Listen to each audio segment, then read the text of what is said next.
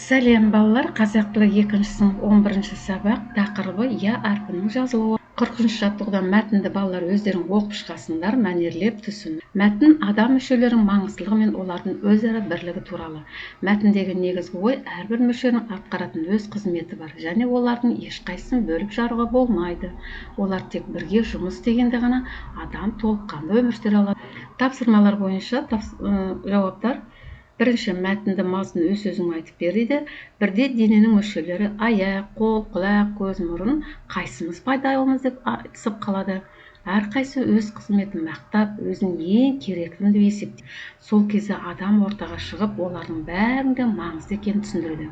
Аяқсыз жүре алмайтын, қолсыз жұмыс істей алмайтын, ал көз, құлақ, мұрынсыз қоршаған ортаны тани алмайтынын айтады. Осылайша мүшелерді татулыққа шақырады. Ортадағы дөңгелектегі барлық мүшелердің бірлік деген сөз жазуы бар. Бұл сурет мүшелерінің тек бірге жұмыс істегенде ғана толыққанды өмір сүре алатынын көрсетеді.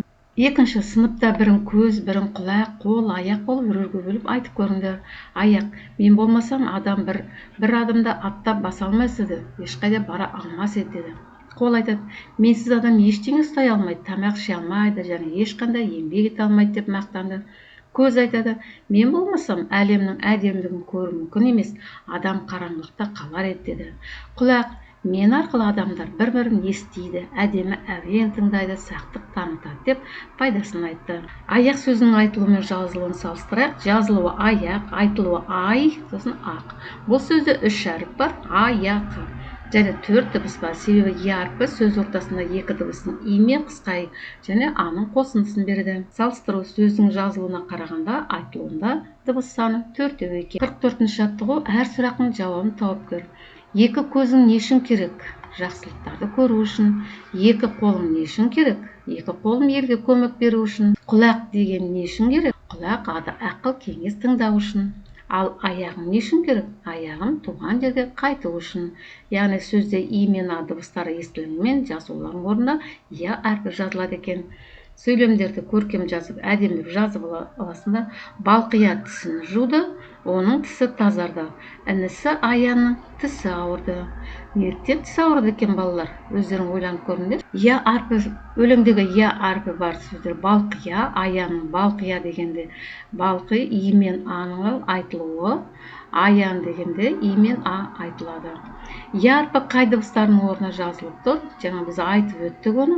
Бұл сөздерді айтқанда қысқа и мен а дыбыстары естіледі, бірақ жазуда олардың орнына бір ғана я әрпі жазылады екен.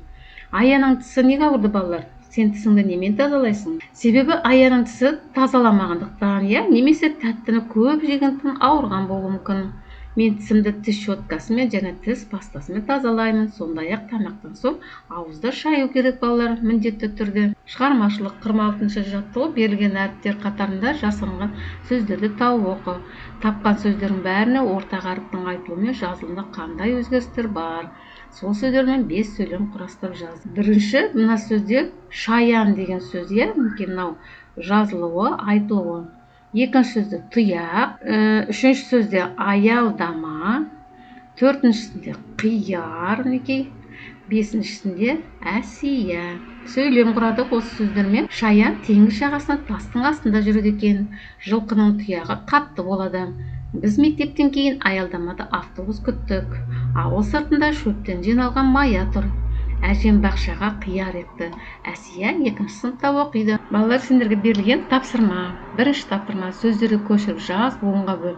Я әрпінің астын сызыңыз. Саяхат, аяқ, қоян, пияз, саяжай, қияр, сия, таяқ, аяжан, тұяқ, дәрия. Екінші тапсырма: қысқа и мен а ма әлде я ма? Қазақ тілі ережесі бойынша и және а дыбыстары қатар келгенде олардың орнына я әрпі жазылады екен.